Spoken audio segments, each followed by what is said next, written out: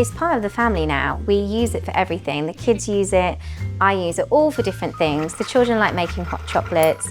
I obviously do their hot water bottles and have coffee. But yeah, we just couldn't be without it now as a family. With Kettle, you are getting 100 degrees, which isn't what you're going to get with other hot water taps. And you need that 100 degrees because when you're doing things like hot chocolate, it actually melts the chocolate properly and you're not left with a clump at the bottom. It has a red safety clip that is on all the time so the kids know how to use it properly.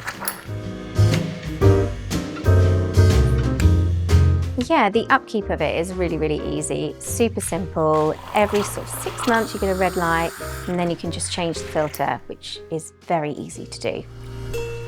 So every home I feel needs a kettle, and I think whether you're moving at any point, for me it would be a non-negotiable.